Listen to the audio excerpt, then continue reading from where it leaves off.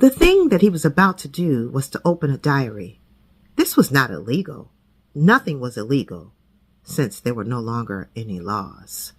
But if detected, it was reasonably certain that it would be punished by death, or at least 25 years in a forced labor camp, aka prison.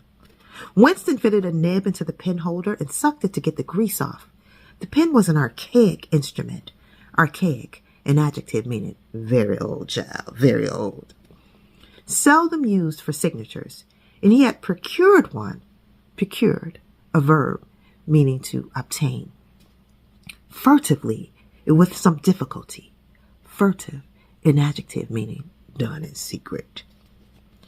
Simply because of a feeling that the beautiful creamy paper deserved to be written on with a real nib instead of being scratched with an ink pencil.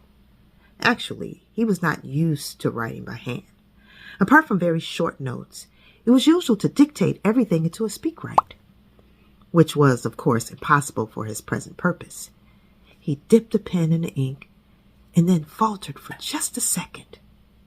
A tremor had gone through his bowels. Oof. To mark the paper was the decisive act.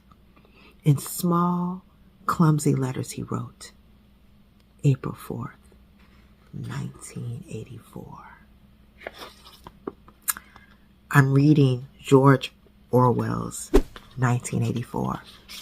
I think it's fitting for the present times. Would you like to join me?